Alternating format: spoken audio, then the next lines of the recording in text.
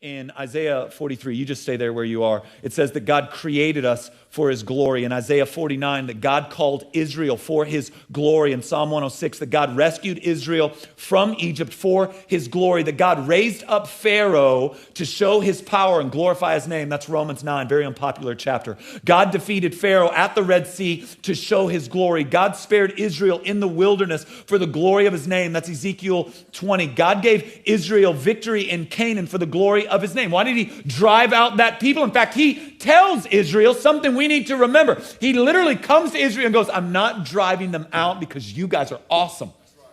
You are a stiff-necked, rebellious people. I'm driving them out because I'm awesome. Let me keep going. I could stop. I got time. I'm on a clicker here, all right? God gave Israel victory in Canaan for the glory of his name. That's 2 Samuel 7. 1 Samuel 12. God did not cast away his people for the glory of his name. Go ahead and tuck that one in. We'll come back, all right? He does not throw his people away for the glory of his name. We'll come back, all right?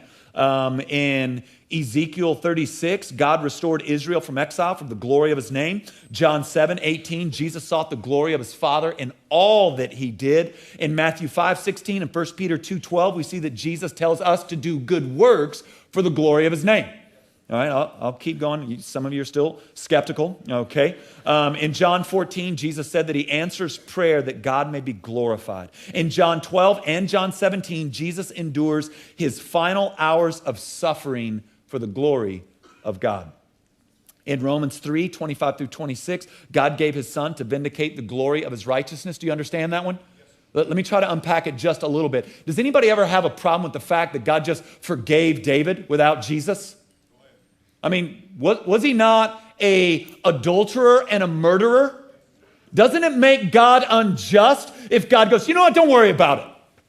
Yeah, I mean, you slept with another man's wife, impregnated her, and then had her murdered. But you know what? I'm not holy like that. Don't worry about it. We're cool. I've done some shady stuff. No, God's ferociously holy. So how in the world is it possible for God to be, for David to be a man after God's own heart? He's such a bum. Now, I can play the harp, but you're not going to bring that up because he's killed lions with his hands. All right, so you can pop off about that, but he could rip you in half. So how's it possible? Because Jesus Christ is going to vindicate the forgiveness of all our brothers in the Old Testament, all our sisters in the Old Testament. Let's keep going. I want to set up shop there, but we don't have the time. John 16:14, the ministry of the Holy Spirit is to glorify the Son of God. Why do you have the Holy Spirit? To glorify the Son of God. All right, God instructs us honestly to do everything for the glory of God. Have you ever tried to implement 1 Corinthians 10:31? Whether you eat or drink or whatever you do all things to the glory of God? You ever thought about how to do that? Like, how do you eat breakfast to the glory of God? How do you drive your car to the glory of God? This is the command. Right? It's not a suggestion. Look, hey guys, if you get a chance, try to do everything to glorify me. It's not a suggestion. Do everything for my glory. Couple more. God tells us to serve in a way that will glorify him. That's 1 Peter 4. Jesus is coming again for the glory of God. That's 2 Thessalonians chapter 1. Jesus' ultimate aim for us is that we see and enjoy his glory. That's John 17. Habakkuk chapter 2, spectacular, that the earth will be filled with the knowledge of the glory of the Lord like the waters cover the seas. I don't know if you've been out in the sea, but there's water everywhere. I don't know if you've paid attention like that, but everywhere on the sea, there's water.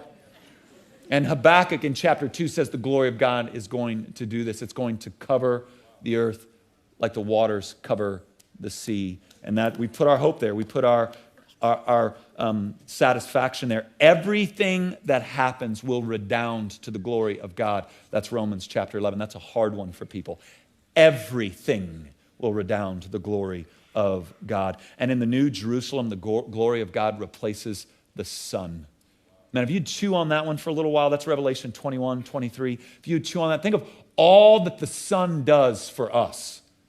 Without it, there is no life.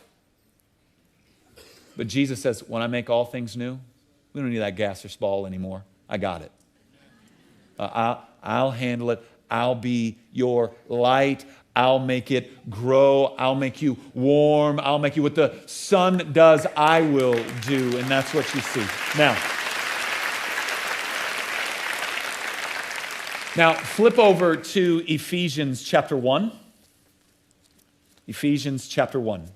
Now, what you see in the Bible is this is from Genesis to Revelation, the story of the Bible, that God, for the glory of his name, is reconciling and reclaiming all things to himself. So this is what you've got to get. I want to try to help you here with something that's pretty big, pretty epic. All right, so look right at me. The Bible's not about you. Bible's about Jesus. See, there's two ways to kind of look at it. There's some people that go, this Bible's the roadmap to life. Now, I understand what they're saying, so if you've heard that from your guy, great. This is, in some ways, a roadmap of what we should do, where we should go, but ultimately, you can't call it the roadmap to life. All right, now, I want to be straight. There's some maps. There are some maps. Like right here, I've got Paul's first missionary journey, and then I believe that's the Temple Mount. And then this is just... it's the Middle East today. So there are maps back there, but ultimately, it's not the roadmap to life. And if you think that way, you'll read the Bible wrong. What you'll do is you'll keep, here's what you'll keep infusing yourself into the stories of the Bible like you're the hero. And this happens all the time. All right, so I want to be straight. I love you enough to be straight. You're not David. All right? Your trouble in life is not Goliath. And if that's true, you're in a lot of trouble, bro, because you miss. You fling your stones and you miss, and Goliath's still there, and now what? Well, I had 5. You'll miss all 5. So if you view the scriptures through that lens, that really all the superheroes in the Bible are actually you, then man, you've put a weight on your shoulders that, listen to me, you will not be able to bear. Jesus is the greater David. Jesus is the greater Moses. Jesus is the greater Abraham. It's the whole point of the book of Hebrews. That Jesus is the greater than.